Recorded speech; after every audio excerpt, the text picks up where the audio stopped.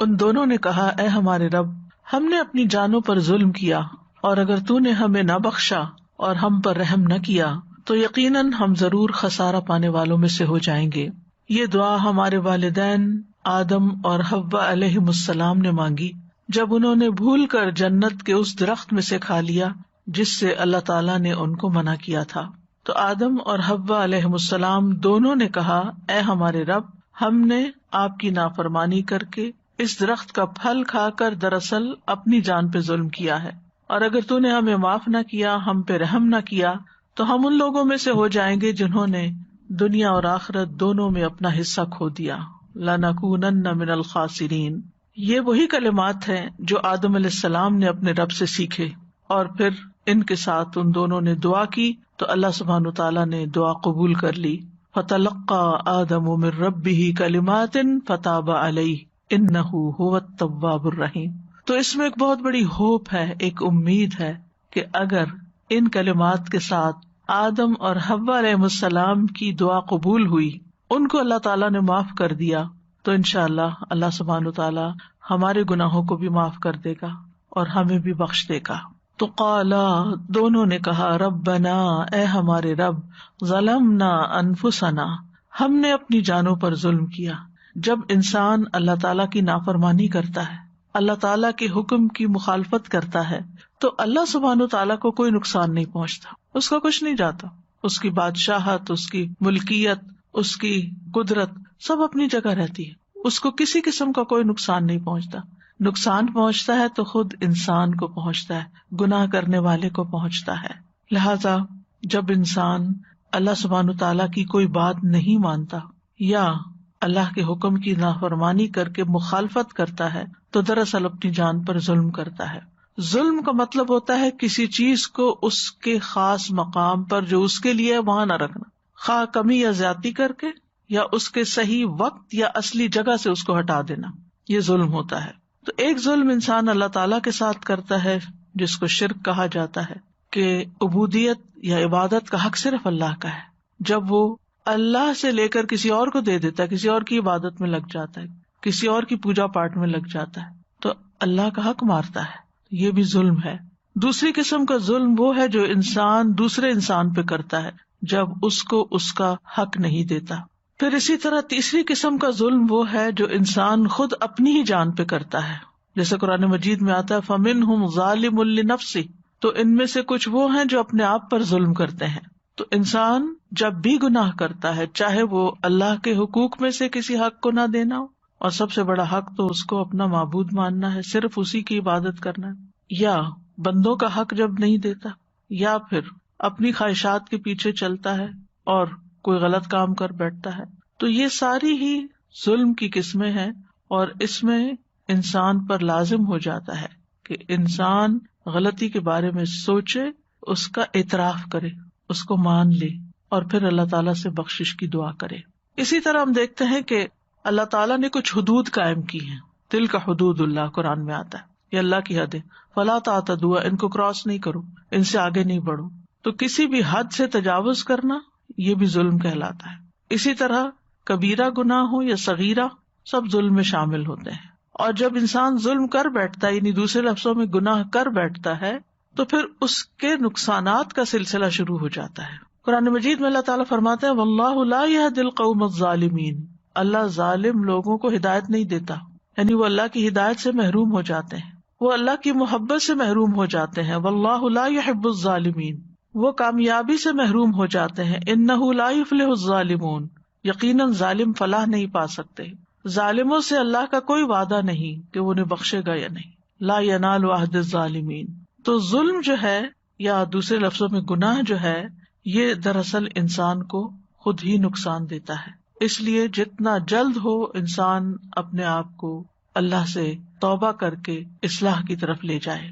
اسی دعا میں آ گیا تھا وَإِن لَّمْ تَغْفِرْ لَنَا وَتَرْحَمْنَا، اگر تو نے ہمیں بخشا نہیں اور ہم پہ رحم نہیں فرمایا، لَنَكُونَنَّ مِنَ الْخَاسِرِينَ، یعنی اگر تو نے ہمارے پچھلے گناہ معاف نہ کیے اور تو نے ہماری اس توبہ کو قبول کر کے ہم پہ رحم نہ فرمایا، ہماری اس تکلیف کو دور نہ کیا، یعنی مغفرت یعنی ہمارے گناہ کو معاف کر کے ہماری اس گلٹ اور جو اندر ایک تکلیف ہوتی ہے اس کو دور نہ کیا، اور رحمت کا مطلب ہے ہم پر خیر و برکت نازل نہ کی، تو ہم خسارے میں پڑ جائیں گے۔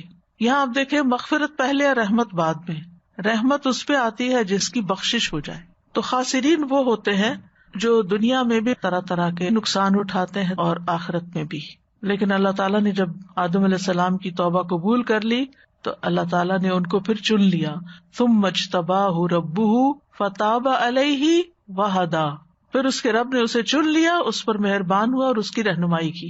تو اس سے یہ پتہ چلتا ہے کہ گناہ اندھیرے ہیں، ظلم اندھیرا ہے، اور اس اندھیرے میں انسان کو پھر سیدھی راہ نہیں ملتی، انسان کو یہ پتہ نہیں چلتا کہ اس کو کس طرف جانا چاہیے، کیونکہ وہ گناہ کی آندھیوں میں گم ہو جاتا ہے۔ تو اس لیے پھر انسان ایسے کام نہیں کر پاتا کہ جو اس کی کامیابی کا ذریعہ بنے۔ تو اس آیت سے یہ پتہ چلتا ہے کہ گناہ کا اعتراف اور استغفار کرنا توبہ کی شرائط میں شامل ہے، یعنی پہلے آپ اقرار کریں کہ ہاں آپ نے غلطی کی ہے۔ پھر یہ کہ گناہوں کی نحوست بھی ہوتی ہے، گناہ ہی ابلیس کو اللہ کی رحمت سے دور کرنے کا سبب بنا اور آدم علیہ السلام کو جنت سے نکالنے کا سبب بنا۔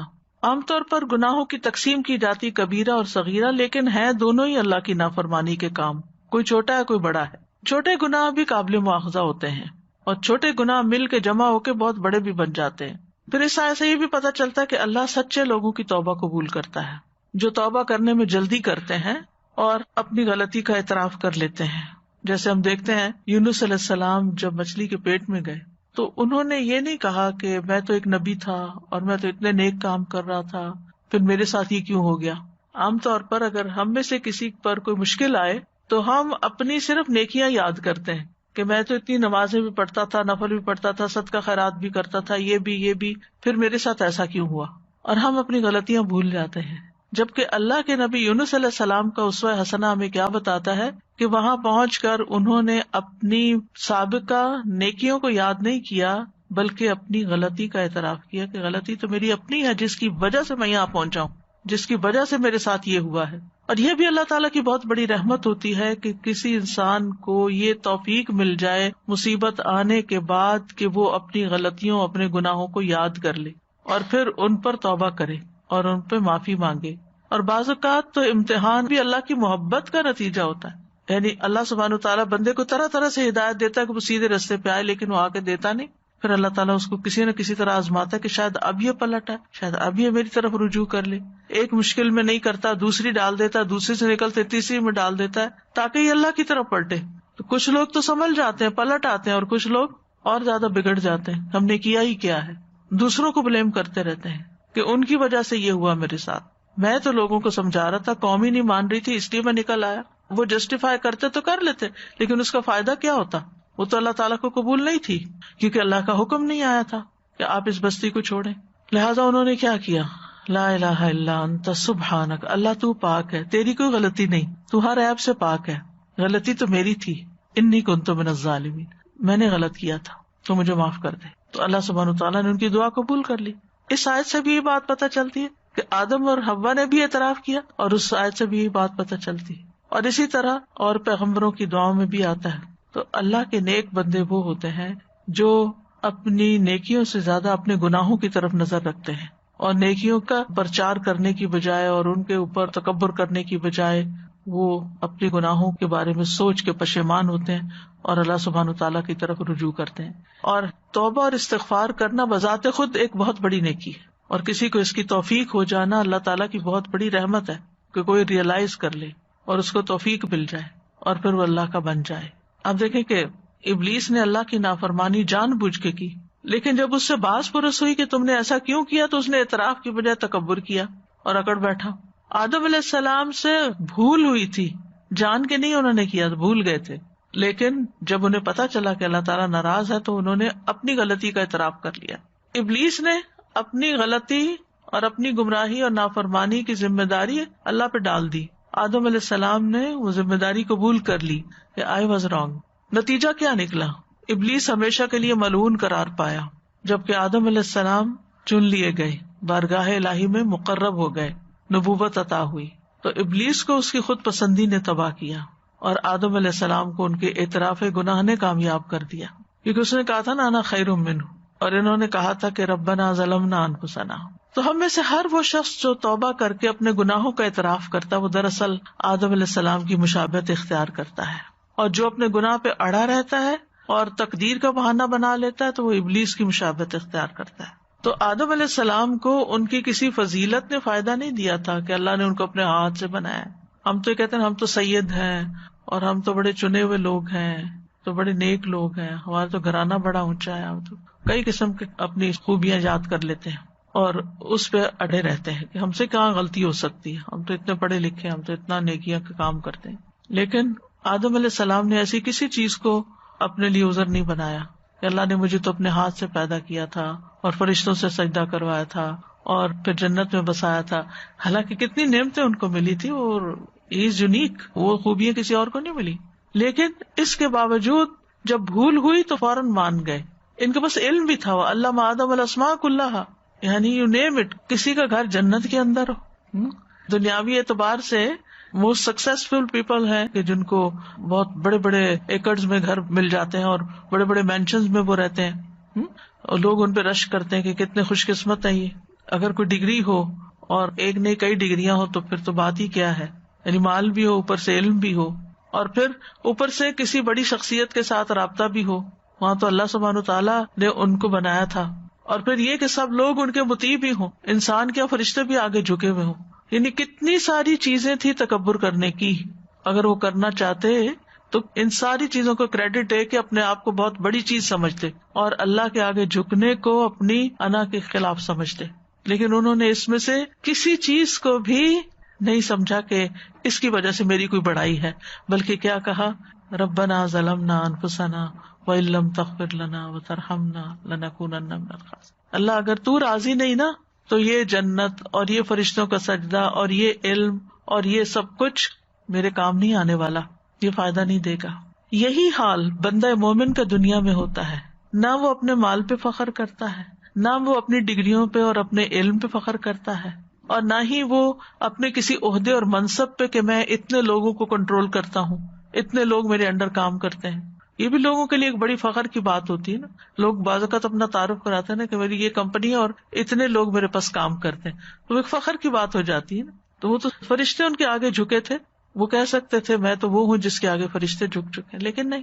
یہی انسان کی انسانیت ہے، یہی اصل میں اللہ کے ساتھ فرما برداری اور اللہ تعالیٰ کے ساتھ ایک تعلق ہے کہ انسان سب کچھ ہوتے ہوئے بھی اللہ کے آگے جھکنے والا ہو اور اپنی غلطیوں کو دیکھنے والا ہو، اپنی غلطیوں کا اعتراف کرنے والا ہو کہ میں کچھ نہیں ہوں. اور یہ بھی آپ دیکھیے کہ دنیا میں ہمیں کتنی بھی عزت اور کتنا بھی شرف مل چکا ہو، لیکن اگر اللہ راضی نہیں اور اللہ کی نافرمانیاں کر کے گئے تو کوئی ٹھکانا نہیں، کسی نے کام نہیں آنا، کوئی فائدہ نہیں دے گا. تو لا ملجا ولا منجا منک الا الیک، تجھ سے بھاگ کے تو نہ کوئی ٹھکانا ہے اور نہ کوئی پناہ گاہ مگر تیری طرف، پناہ تیرے ہی پاس ہے. تو انہوں نے رب کی تعظیم بجا لاتے ہوئے ادب کے ساتھ معاملہ کیا، اور یہی ہم سب پر لازم ہے کہ رب کی تعظیم کریں. اور یہ جو ہم اس عشرے میں ہر وقت اللہ اکبر اللہ اکبر اللہ اکبر پکار رہے ہیں، اس کا مقصد یہی. مجھے تو اس دفعہ اس کا مطلب بھی کچھ اور طرح سمجھ آیا کہ اللہ سبحانہ تعالیٰ ان 10 دنوں میں ہمیں پوری طرح ٹریننگ دے رہے ہیں. یعنی میں غور کر رہی تھی کہ کیوں آخر سب سے افضل کام ان دنوں میں تکبیر پڑھنا ہے، صدقہ خیرات کو، روزے کو، نماز کو، باقی چیزوں کو، یعنی وہ بھی اپنی جگہ نیکیاں ہیں، افضل ہیں، لیکن سب سے افضل کام تکبیرات پڑھنا ہے. تو جب ہم شعور کے ساتھ اللہ کو بڑا مان لیتے ہیں تو پھر آپ دیکھیے 10 دن ہم پکارتے رہے اللہ سب سے بڑا، اللہ سب سے بڑا، اللہ سب سے بڑا، تو پھر کیسے ہو سکتا ہے ہم اللہ کا حکم نہ مانیں؟ پھر کیسے ہو سکتا ہے ہم اللہ تعالیٰ کا ادب نہ کریں؟ پھر کیسے ہو سکتا ہے ہم اللہ کے آگے نہ جھکیں؟ پھر کیسے ہو سکتا ہے کہ خالصتاً اللہ ہی کی رضا کے لیے کوئی کام نہ کریں؟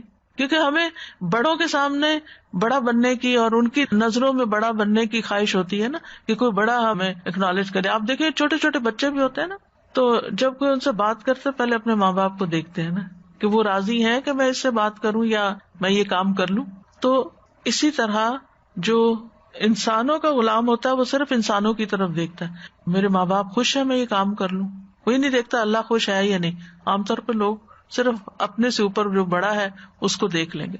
استاد خوش ہے، پیر خوش ہے، بزرگ میرا خوش ہے، فلاں خوش ہے، اگر وہ خوش ہے تو بس ٹھیک ہے، یہی میری جنت ہے. اور بعض اوقات لوگ اپنے ماں باپ کو خوش کرنے کے لیے اپنی بیوی پہ ظلم ڈھا رہے ہوتے ہیں. وہ کہتے ہیں یہی ہماری جنت ہے ماں باپ، یہ اگر ہم سے خوش ہے ہماری مرضی جس کے چاہے حقوق مار لیں.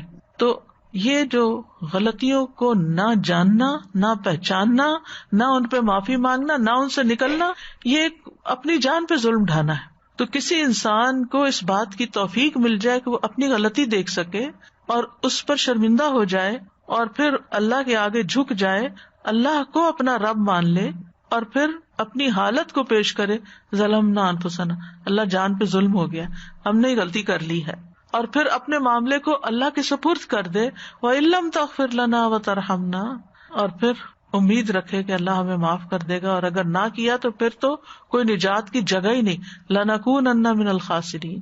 تو اس لیے یہ دعا بہت کچھ سکھاتی ہے ہمیں. یعنی آدم اور حوا نے جو پہلی دعا کی ہے، انسانیت نے جو پہلی دعا کی، وہ اپنی غلطیوں کے اعتراف کی، کیونکہ جب بخشش ہو جاتی ہے نا تو باقی دعائیں قبول ہو جاتی ہیں. کیونکہ اگر ہمارے اوپر گناہوں کے ڈھیر ہیں اور ہم کہتے ہیں یا اللہ میں رزق دے، روزی دے، اولاد دے، فلاں دے، فلاں دے، تو ابھی تو آپ کا دروازہ ہی نہیں کھلا، تو آپ باقی چیزیں کہاں سے لیں گے؟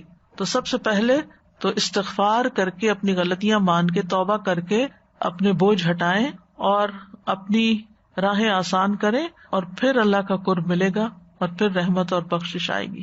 اے میرے رب، بلا شبہ میں نے اپنے آپ پر ظلم کیا، لہٰذا مجھے معاف فرما دے.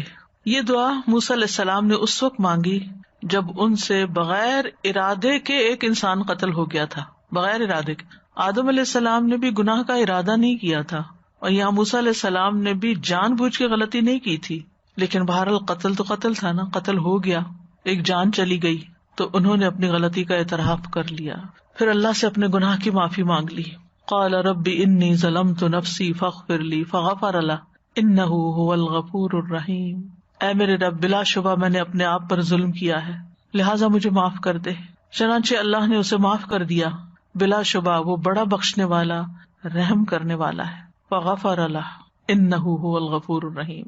اس سے یہ پتہ چلتا ہے کہ انسان ہے، چاہے نبی بن جائے، کوئی ولی ہو، بزرگ ہو، کوئی دین میں، نیکیوں میں، عبادت میں بہت آگے نکلا ہوا انسان ہو. کیونکہ ہم کیا سوچتے ہیں، اس انسان سے نہیں غلطی ہو سکتی، یہ تو بہت نیک ہے، یہ تو دوسروں کو سکھاتا ہے، اور یہ تو اتنا عالم ہے، اور یہ تو فلاں ہے، یہ بھلا کیسے غلطی کر سکتا؟ نہیں، انسان ہے، انسان کو انسان ہی سمجھے، اور کسی سے بھی غلطی ہو سکتی. ضروری نہیں کہ وہ ارادتاً کرے، وہ اچانک بھی ہو سکتی ہے. لیکن غلطی کے بعد پھر وہ کرتا کیا ہے، اس کا رسپانس کیا ہے، یہ دیکھنے کی چیز ہے. تو گناہ کے بعد ندامت اور شرمندگی اور اعتراف، یہ اللہ تعالیٰ کو محبوب ہے.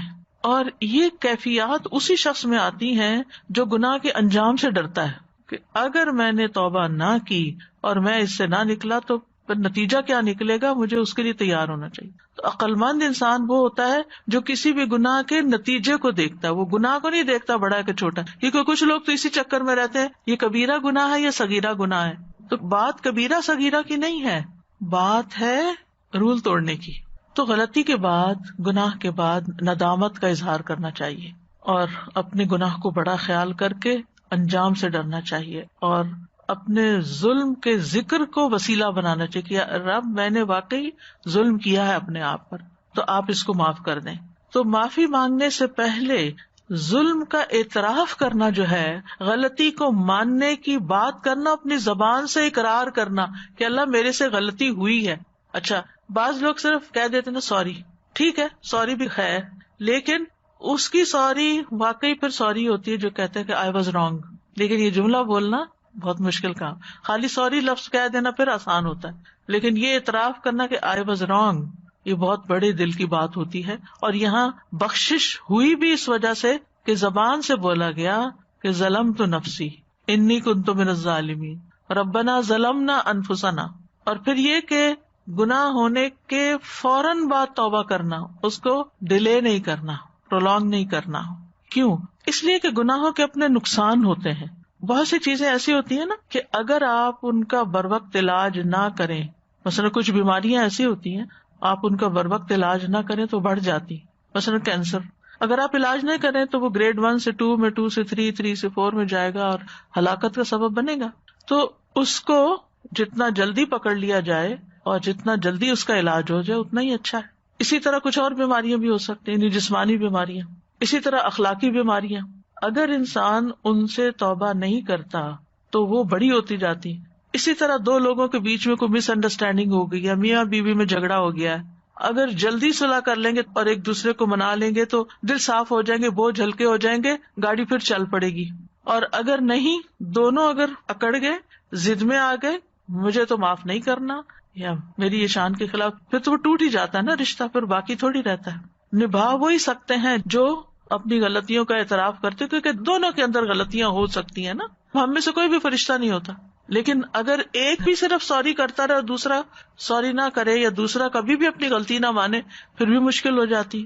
آپ دیکھیں نا کہ جب ہمارے اندر فلیکسیبلٹی ہوتی ہے، جب ہمارے اندر نرمی ہوتی ہے تو نرم چیز آپس میں جڑ جاتی ہے، پھر اگر الگ بھی ہو جائے نا جڑ جاتی، نرمی جوڑ دیتی ہے. اسی لیے وہ حدیث میں آتا نا کہ مفہوم بتا رہی ہے حدیث، یعنی ایک گھرانے کے لیے سب سے یعنی جو فائدہ مند چیز ہے وہ نرمی. تو اسی طرح نہ صرف یہ کہ ازواجی زندگی میں کہیں آپ کولیگز ہیں، یعنی کسی جگہ پہ جاب کریں، کام کریں، آپ دیکھیں بہت سے لوگوں کو اچھی سے اچھی جاب ملتی ہے، کچھ عرصے وارننگ لیٹر مل کے فارغ کر دیا جاتا ہے، کیونکہ ان کی اکڑی کہیں نہیں ختم ہوتی اور ضد میں آئے رہتے ہیں اور اپنی غلطی نہیں مانتے، سوری نہیں کرتے، نتیجہ ہر جگہ سے دھتکارے جاتے ہیں، لیکن پھر بھی نہیں سبق سیکھتے، پھر بھی نہیں ریئلائز کرتے کہ ہماری غلطی ہے. آپ دیکھیے کبھی انسان سوچے کہ دوسرے کو معاف کر دینا اور درگزر کرنا کتنی بڑی خوبی ہے. اللہ سبحانہ تعالیٰ کی صفت ہے العفو، اور اللہ تعالیٰ معاف کرنے کو پسند کرتا ہے. اور اللہ سے بڑا کون ہے؟ اللہ سے بڑا تو کوئی نہیں نا. جب اللہ سبحانہ تعالیٰ معاف کر دیتا ہے تو ہمیں بھی معافی مانگتے ہوئے کیا کرنا چاہیے؟ اللہم انک عفو تحب العفو فاعف عنی. لیکن اللہ سے معافی مانگتے ہوئے پہلے ہمیں دوسروں کو معاف کرنا چاہیے. تو گناہوں کے اپنے نقصان ہوتے ہیں، ان میں سے سب سے بڑا نقصان کیا ہے کہ دل مردہ ہو جاتا ہے، دل مردہ ہو جاتا ہے. حدیث میں آتا ہے بے شک جب کسی مومن سے کوئی گناہ سرزد ہوتا ہے تو اس کے دل پہ ایک سیاہ دھبا پڑ جاتا ہے. اگر وہ توبہ کرے اور گناہ سے باز آ جائے اور استغفار کر لے تو اس کا دل چمکا دیا جاتا ہے، ورنہ جتنے گناہ بڑھتے جاتے ہیں اتنے ہی سیاہ دھبے بڑھتے جاتے ہیں، حتیٰ کہ اس کے دل پہ وہ زنگ چھا جاتا ہے جس کا ذکر اللہ تعالیٰ قرآن مجید میں یوں کرتے ہیں کلا بل ران علی قلوبہم ما کانوا یکسبون، کہ ان کے دلوں پر اپنی کمائیوں کی وجہ سے زنگ لگ گیا ہے. پھر اسی طرح دل اندھا ہو جاتا ہے. اسی آیت کے بارے میں ایک قول یہ ہے کہ حسن بصری کہتے ہیں کہ گناہ پہ گناہ کرنا حتیٰ کہ وہ دل کو اندھا کر دے، انسان کو پھر کچھ سمجھ نہیں آتا، نظر نہیں آتا. گناہوں کی وجہ سے انسان علم سے محروم ہو جاتا ہے. ابن القیم کہتے ہیں کہ علم روشنی اور نور ہے جو اللہ دل میں ڈالتا ہے، لیکن گناہوں سے یہ روشنی بجھ جاتی ہے، انسان سے اچھے برے کی تمیز ختم ہو جاتی ہے. امام شافعی جب امام مالک کے سامنے حصول علم کے لیے بیٹھے اور ان کے سامنے پڑھنے لگے، یہ آپ کو معلوم ہوگا کہ امام مالک کی تدریس کا طریقہ بہت انوکھا تھا، ویری یونیک. وہ خود نہیں سکھاتے تھے کسی کو، خود نہیں پڑھتے تھے، وہ طالب علم سے حدیث پڑھواتے تھے، اور اس کو عرض کہتے ہیں حدیث کی اصطلاح میں. اسی لیے ان سے جب حدیث روایت ہوتی ہے تو اخبرنا کا لفظ آتا ہے. حدثنا ہوتا ہے جب کوئی حدیث ہمیں بیان کرتا ہے، جیسے میں آپ کو حدیث پڑھ کے سنا رہی تو آپ کہہ سکتے ہیں کہ ہمیں انہوں نے یہ حدیث بیان کی. لیکن اگر میں بیان نہ کروں اور آپ مجھے حدیث سنائے اور میں کہوں آپ نے ٹھیک پڑھی ہے تو اس کو روایت کرتے ہوئے کہیں گے اخبرنا، ہمیں خبر دی. تو امام شافعی نے جب امام مالک کے سامنے احادیث پڑھی تو امام مالک کو ان کی ذہانت، فطانت، فہم و فراست بہت پسند آئی. کہنے لگے مجھے نظر آ رہا ہے کہ اللہ نے تمہارے دل پر نور ڈال دیا ہے، لہٰذا اس نور کو اپنے گناہوں سے مت بجھانا، یعنی کوئی ایسا کام نہ کرنا کہ تم سے یہ نعمت چھن جائے. پھر اسی طرح جب انسان گناہ کرتا ہے تو بندے اور رب کا تعلق کمزور ہو جاتا ہے، دل میں ایک وحشت پیدا ہو جاتی ہے، اور یہ ایسی وحشت ہوتی ہے کہ انسان کو دنیا بھر کی نعمتیں بھی مل جائیں تو دل کی وحشت نہیں جاتی، دل کے اندر سکون نہیں آتا. لیکن اس وحشت کو صرف وہی سمجھتا ہے جس کا دل بیدار ہوتا ہے، جس کا دل جاگ رہا ہوتا ہے. زندہ انسان کو ذرا سی بھی چوٹ لگے، کانٹا بھی چبھ جائے تو اس کو پتا چل جاتا ہے کہ یہ تو کچھ ہو گیا میرے ساتھ. تو وحشت کے گڑھے سے نکلنے کے لیے گناہوں کو چھوڑنا بہت ضروری ہے. پھر اسی طرح نیک لوگوں اور خیر کی مجالس سے دوری آنے لگتی ہے. جب انسان گناہوں کے کام کرنے لگتا ہے تو نیکی کی مجلسیں اچھی نہیں لگتی، پھر وہاں دل نہیں لگتا اس کا اور ان سے دور ہوتا چلا جاتا ہے، اور خیر اور بھلائی اور نیکی سے فائدہ نہیں اٹھا سکتا. رحمانی گروہ سے دور ہو جاتا ہے، شیطانی گروہ کے قریب ہو جاتا ہے. پھر اسی طرح گناہوں کی وجہ سے انسان کے معاملات بگڑ جاتے ہیں، کوئی چیز ٹھیک نہیں رہتی. ابن القیم کہتے ہیں گناہوں کا ایک اثر یہ بھی ہے کہ گناہگار کے معاملات میں طرح طرح کی مشکلات اور دشواریاں پیدا ہو جاتی ہیں، جس کا وہ عزم اور ارادہ کرتا ہے اسے اس کا دروازہ بند نظر آتا ہے اور وہ اسے سخت دشوار پاتا ہے، یعنی جس کام میں بھی ہاتھ ڈالتا ہے رکاوٹیں ہی رکاوٹیں ہوتی ہیں. اور آپ نے کئی بار لوگوں کو یہ شکایت کرتے ہوئے سنا ہوگا کہ میں جس بھی کام میں ہاتھ ڈالتا ہوں آگے کوئی نہ کوئی رکاوٹ آ جاتی ہے. اچھا، وہاں بھی آپ دیکھیں کہ عمومی طور پر لوگ اپنی غلطی کو نہیں سوچتے کہ ہم نے تو نہیں کسی کے کام میں رکاوٹ ڈالی، ہم نے تو نہیں کسی کی لگ پلنگ کی ہوئی، ہم نے تو نہیں کسی اور کا گھر توڑا ہوا. اپنی کوئی غلطی یاد نہیں کریں گے. کیا کہیں گے؟ یہ فلاں نے نظر لگا دی، فلاں نے جادو کر دیا، یہ فلاں کے حسد کی وجہ سے یہ ہو گیا. پھر سارا بلیم دوسروں پر، اپنی غلطی کو نہیں دیکھنا. کتنے لوگ ہیں جو لا الہ الا انت سبحانک انی کنت من الظالمین کہہ کے اپنے ظلم کو اپنے اندر محسوس کریں کہ میں نے یہ بھی غلطی کی ہوئی ہے، میں یہ بھی کی، یہ بھی پتہ نہیں کون سی غلطی آگے آئی ہوئی ہے. لوگ دوسروں کے لیے پڑھتے ہیں، 1000 تم پڑھ دو، 1000 فلاں پڑھ دے، وہ فلاں پڑھ دے. تو یہی میں ہمیشہ کہتی ہوں کہ آپ کسی کے بہاف پہ کہہ رہے ہیں، مسئلہ اس کا ہے اور آپ کہہ رہے ہیں میں ظالم ہوں. ٹھیک ہے، ہم میں سے ہر شخص ظالم ہے کسی نہ کسی درجے میں، لیکن کسی کے بہاف پہ کیسے پڑھ سکتے ہیں؟ تو جب سوچے سمجھے بغیر انسان پڑھتا ہے تو پھر اس کا کیا فائدہ ہو سکتا ہے؟ ریسنٹلی میری ایک فرینڈ ہے بچپن کی، وہ ان کے ساتھ میرا کافی باتیں شاتیں شروع ہوئی. تو وہ وڈو ہوئی، انہوں نے اپنی بیٹی کی شادی کی. بہت میں نے سمجھایا کہ آپ اپنی لمٹس میں ہی کریں، لیکن پھر بھی انہوں نے اتنا قرضہ اٹھا لیا اس شو شاہ میں اور سب دکھاوے میں اور سب کچھ. اور جیسے ہی شادی ختم ہوئی ساتھ ہی بیٹے سے نا کوئی ایکسیڈنٹ ہو گیا اتنا خوفناک کہ بندہ مر گیا.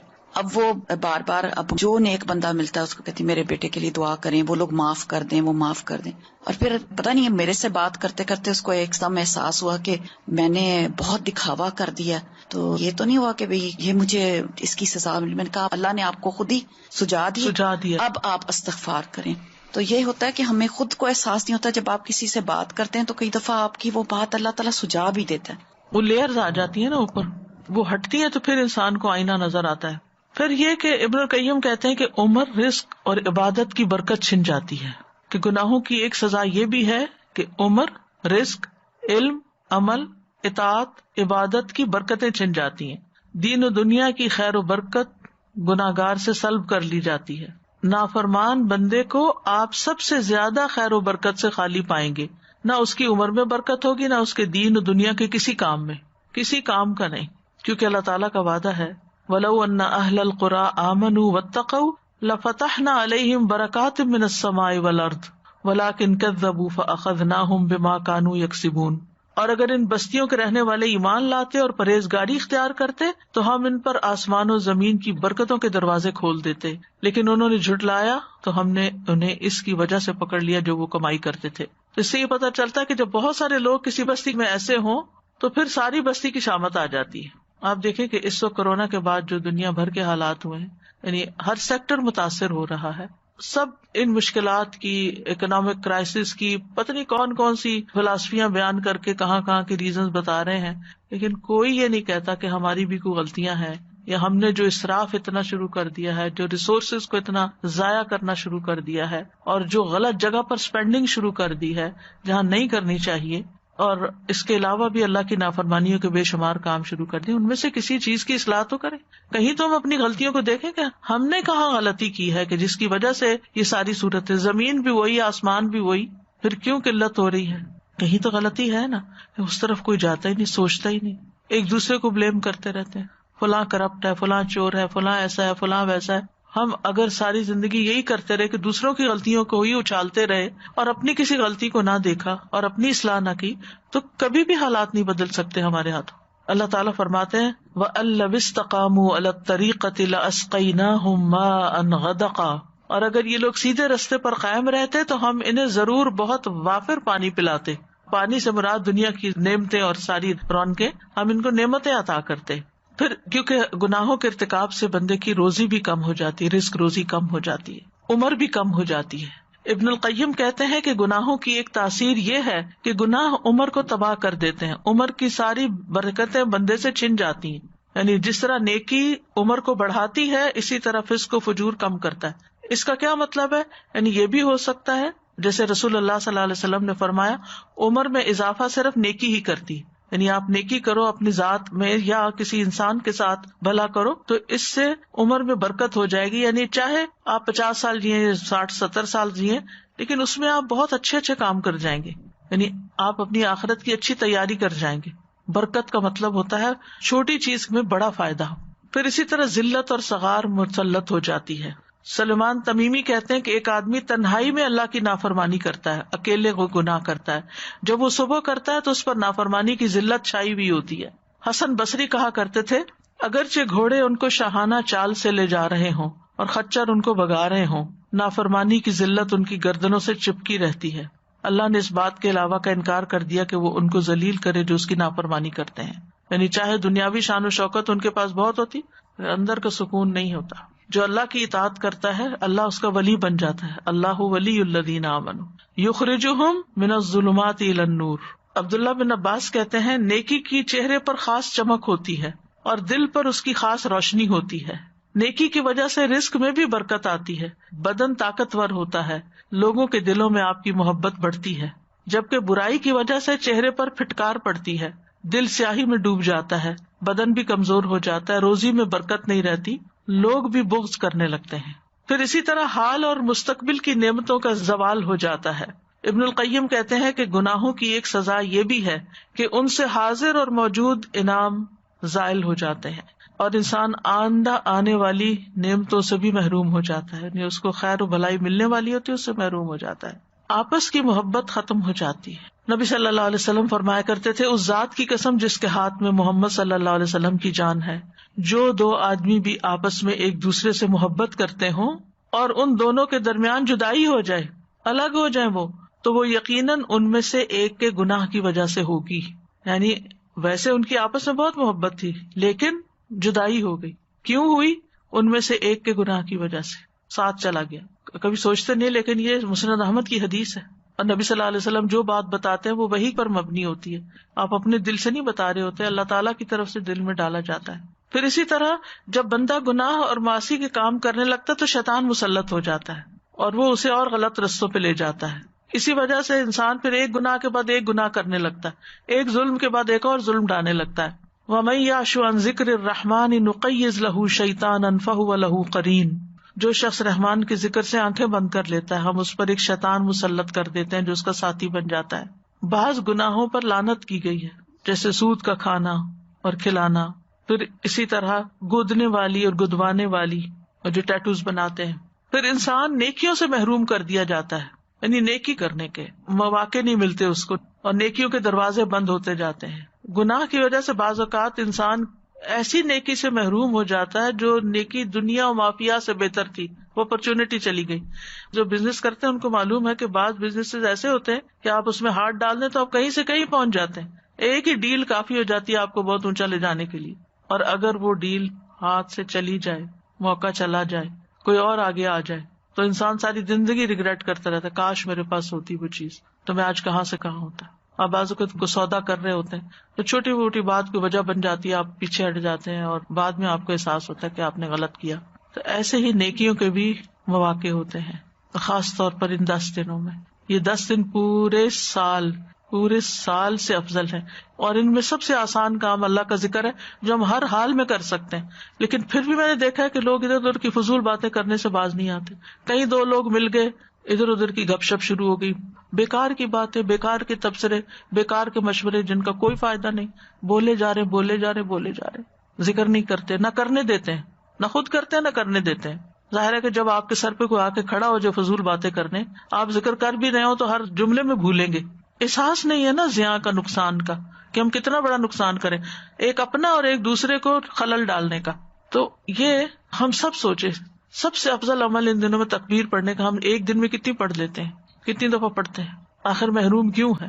کیوں نہیں یاد رہتا؟ کیوں نہیں زبان پہ چڑھتی؟ کیوں نہیں کر پاتے؟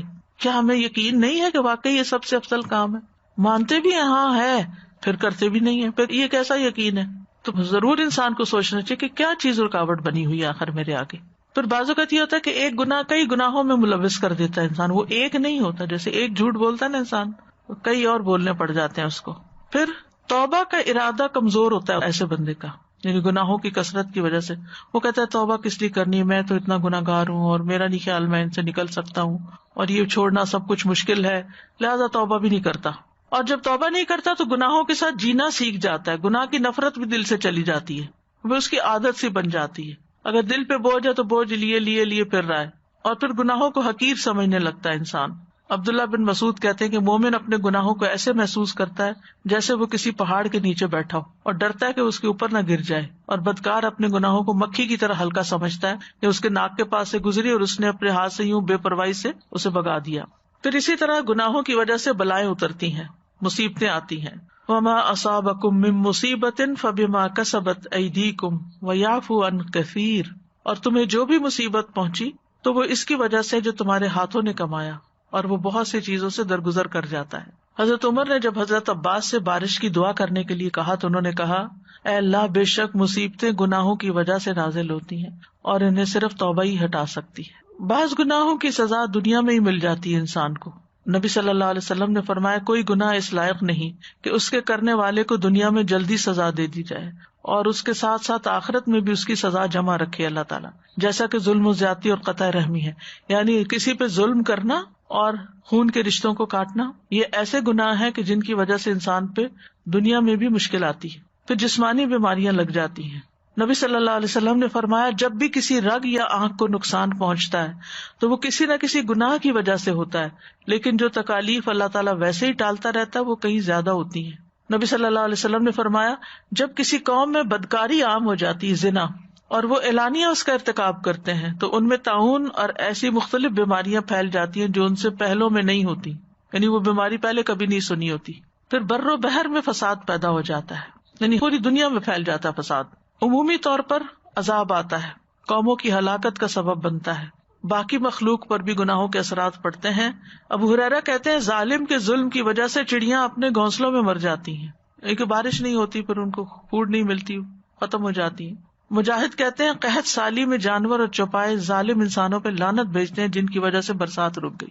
یعنی جب قحط پڑتا ہے اور جانور مر جاتے ہیں، آپ نے کئی دفعہ دیکھا ہوگا ڈراؤٹ کی وجہ سے کس طرح جانور مرے پڑے ہوتے ہیں، وہ انسانوں پہ لعنت بھیج رہے ہوتے ہیں. کوسٹل ایریا نا سارا، through out coastal area, 4 cities میں پوری کوسٹ میں مرے ہوئے برڈ فلو ہے، اور وہاں پہ ان آئیلینڈز پہ ٹورزم اتنا زیادہ تھا کہ کوئی حد نہ ہو. اب دے کانٹ گو دیر، پورا وہ بےچارے لاشیں اٹھا رہے ہیں ان کے برڈز کی. اللہ تعالیٰ رحم فرمائے. چڑیاں اپنے گھونسلوں میں مر جاتی ہیں. اکرمہ کہتے ہیں، زمین کے جانور، کیڑے مکوڑے، چھپکلیاں اور بچھو تک چلا اٹھتے ہیں کہ بنی آدم کے گناہوں کی وجہ سے ہم پر برسات رک گئی ہے. تو صرف گناہگار کو اس کے گناہوں کی سزا نہیں ملتی بلکہ بے گناہوں پر بھی وہ منتقل ہو جاتی ہے. اسی لیے امر بالمعروف اور نہی عن المنکر کرنا چاہیے کہ دوسروں کو روکنا چاہیے جو غلط کام کر رہا ہو. اور ایسے لوگ جب مرتے ہیں تو سب آرام پا جاتے ہیں. رسول اللہ صلی اللہ علیہ وسلم نے فرمایا، یعنی فاجر بندہ جو ہوتا ہے اس کے مرنے پر بندے، شہر، درخت، چوپائے سب آرام پاتے ہیں. اور اگر انسان توبہ کیے بغیر مرتا ہے تو قیامت کے دن انسان پر گناہوں کا بوجھ ہوگا. اور قیامت کے دن جب سورج صرف 1 میل کی مسافت کے برابر قریب آ جائے گا اور اس کی گرمی میں اتنا اضافہ ہو جائے گا کہ دماغ ہانڈیوں کی طرح ابلنے لگیں گے تو لوگ اپنے اپنے گناہوں کے اعتبار سے پسینے میں ڈوبے ہوئے ہوں گے. یعنی جتنے جس کے گناہ ہوں گے اتنا اس کا پسینہ ہوگا، کسی کا ٹخنوں تک، کسی کا پنڈلی تک، کسی کا جسم کے درمیان تک، کسی کے منہ میں پسینے کی لگام ہوگی. پھر اسی طرح بعض گناہ نیکیوں کو ضائع کر دیتے ہیں، جیسے حقوق العباد میں اگر کسی پہ ظلم ڈھایا تھا. اب سوال یہ پیدا ہوتا ہے کہ کرنا کیا چاہیے. گناہوں پر توبہ کرنی چاہیے، انشاءاللہ کل کا لیکچر اس سے متعلق ہوگا. اور اس کے ساتھ ساتھ استغفار کرنی چاہیے، اللہ سے بخشش مانگنی چاہیے کہ یا اللہ تو ہمیں بخش دے. استغفار کرنے سے بخشش مل جاتی ہے، اللہ تعالیٰ راضی ہو جاتے ہیں. ابو ہریرہ کہتے ہیں، رسول اللہ صلی اللہ علیہ وسلم نے فرمایا، ہمارا رب تبارک و تعالیٰ ہر رات کو اس وقت آسمان دنیا پہ آتا ہے جب رات کا آخری تہائی حصہ رہ جاتا ہے. وہ کہتا ہے، کوئی ہے جو مجھ سے دعا کرے تو میں اس کی دعا قبول کروں، کوئی ہے جو مجھ سے مانگے تو میں اسے دوں، کوئی ہے جو مجھ سے بخشش طلب کرے یعنی استغفار کرے تو میں اس کو بخش دوں. سورۃ النساء میں آتا ہے، وَمَن يَعْمَلْ سُوءًا أَوْ يَظْلِمْ نَفْسَهُ ثُمَّ يَسْتَغْفِرِ اللَّهَ يَجِدِ اللَّهَ غَفُورًا رَحِيمًا. اور جو شخص کوئی برا کام کر بیٹھے یا خود پہ ظلم کر لے پھر اللہ سے بخشش طلب کرے تو وہ اللہ کو بہت بخشنے والا، خوب رحم کرنے والا پائے گا، یعنی اللہ سبحانہ وتعالیٰ اس کو معاف فرما دے گا. لہٰذا ہمیں استغفار کرتے رہنا چاہیے کیونکہ اللہ کے سوا ہے کون جو بخش دے. فاستغفروا لذنوبہم ومن یغفر الذنوب الا اللہ. اللہ کے سوا کوئی گناہوں کو نہیں معاف کر سکتا، اور توبہ سے گناہ مٹ جاتے ہیں. جیسے التائب من الذنب کمن لا ذنب لہ، گویا اس نے کوئی گناہ کیا ہی نہیں. رسول اللہ صلی اللہ علیہ وسلم نے فرمایا، بائیں طرف والا فرشتہ 6 گھڑیاں مسلمان گناہگار بندے سے اپنا قلم اٹھائے رکھتا ہے. اگر وہ شرمندہ ہو اور توبہ کر لے تو قلم رکھ دیتا ہے, لکھتا ہی نہیں, ورنہ ایک گناہ لکھ دیتا ہے. 6 گھڑیاں, یہ نہیں پتا چلتا کہ گھنٹے ہیں یا منٹ ہیں یا جتنے, لیکن چلے منٹ بھی ہو تو یا گھنٹے ہو تو, یا منٹ ہوں گے یا گھنٹے ہوں گے. اور پیچھے جو میں نے ذکر کیا تھا کہ گناہوں سے دلوں پہ زنگ لگ جاتا ہے, تو اس کا علاج بھی استغفار ہے. استغفار سے دل چمک کر صاف ہو جاتے ہیں. پھر نیکیاں کرنا, نیکیاں برائیوں کو مٹا دیتی ہیں. زیادہ سے زیادہ خیر کے کام کرنا, اللہ تعالیٰ کی رحمت آتی ہے استغفار کرنے سے. لولا تستغفرون اللہ لعلکم ترحمون, تم اللہ سے بخشش کیوں نہیں مانگتے تاکہ تم پہ رحم کیا جائے. یعنی جب ہم چاہتے ہوں, کسی بھی مشکل میں گرفتار ہوں کہ اللہ تعالیٰ ہم پہ رحم فرمائے, تو استغفار کی کثرت کر دیں. وتوبوا الی اللہ جميعا ایھا المؤمنون لعلکم تفلحون. دنیا کی زندگی میں بھی اچھا سامان ملتا ہے. وان استغفروا ربکم ثم توبوا الیہ یمتعکم متاعا حسنا الی اجل مسمى وَيُؤْتِ كُلَّ ذِي فَضْلٍ فَضْلَهُ.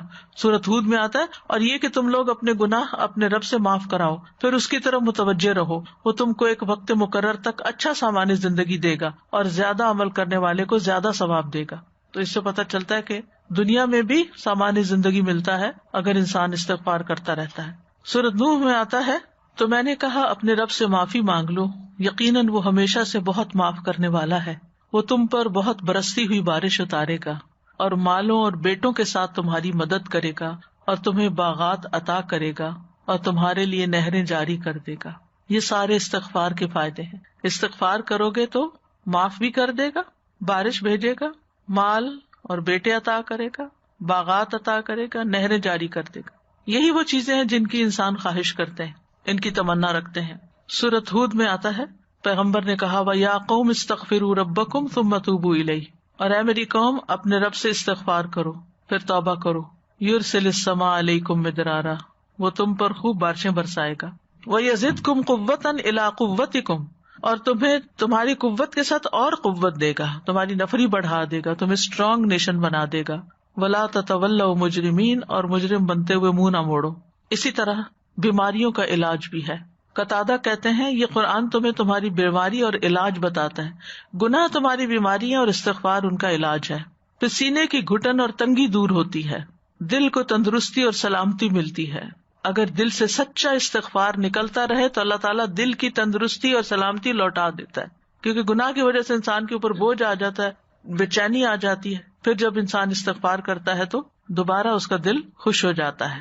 ابن تیمیہ کہتے ہیں استغفار انسان کو ناپسندیدہ کاموں سے ہٹا کر پسندیدہ افعال کی طرف لے جاتا ہے, ناقص عمل کی بجائے کامل عمل پر لگا دیتا ہے, ادنا مقام سے اٹھا کر اعلیٰ اور اکمل مقام تک پہنچا دیتا ہے. یہ استغفار کے فائدے ہیں. اللہ کا عذاب نہیں آتا. وما کان اللہ لیعذبہم وانت فیہم وما کان اللہ معذبہم وہم یستغفرون, کہ جب تک لوگ استغفار کرتے رہیں گے اللہ ان کو عذاب نہیں دے گا. نبی صلی اللہ علیہ وسلم نے فرمایا, مسند احمد کی روایت ہے, کہ انسان جب تک اللہ عز و جل سے استغفار کرتا ہے اس وقت تک اللہ عز و جل کے عذاب سے محفوظ رہتا ہے. پھر اسی طرح نامہ اعمال جب انسان کو ملے گا تو وہ خوش ہو جائے گا. رسول اللہ صلی اللہ علیہ وسلم نے فرمایا, جو یہ بات پسند کرتا ہے کہ اس کا نامہ اعمال اسے خوش کر دے تو وہ کثرت سے استغفار کیا کرے, یعنی اس نامہ اعمال میں خوب خوب استغفار بھر دے.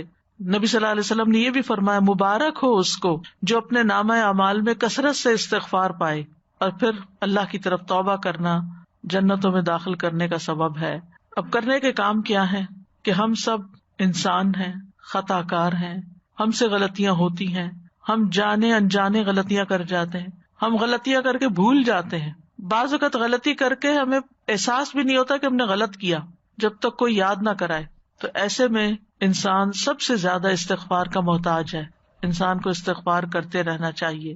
رسول اللہ صلی اللہ علیہ وسلم نے فرمایا, میرے دل پر پردہ سا آ جاتا ہے, اسی وجہ سے میں ایک دن میں 100 بار اللہ سے استغفار کرتا ہوں.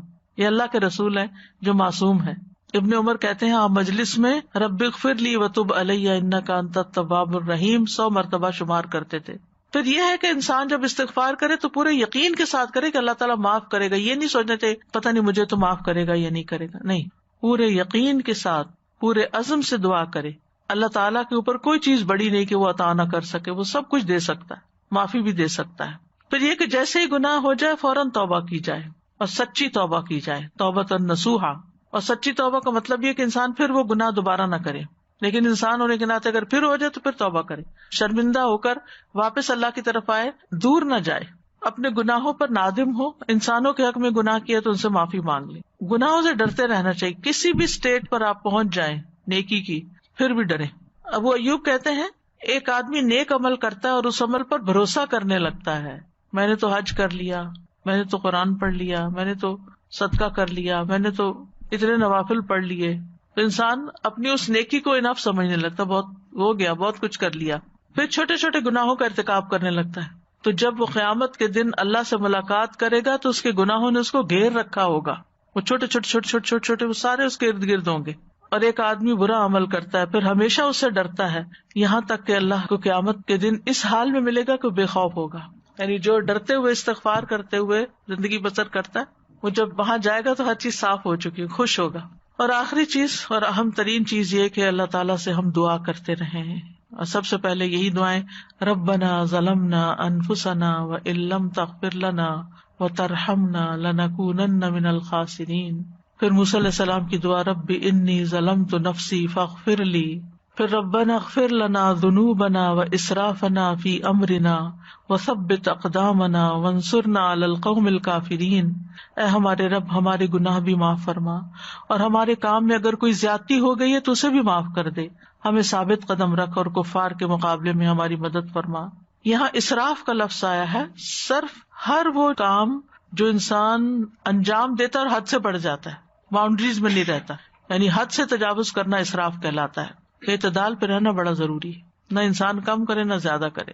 تو جب ہم کہتے ہیں ربنا اغفر لنا، اللہ ہمارے گناہوں پہ پردہ ڈال دے، ان کو ڈھانپ دے، چھپا دے، اور ہمارے کبیرہ صغیرہ سب گناہوں کو معاف فرما دے۔ پھر ایک اور دعا ہے سورۃ الاعراف میں، انت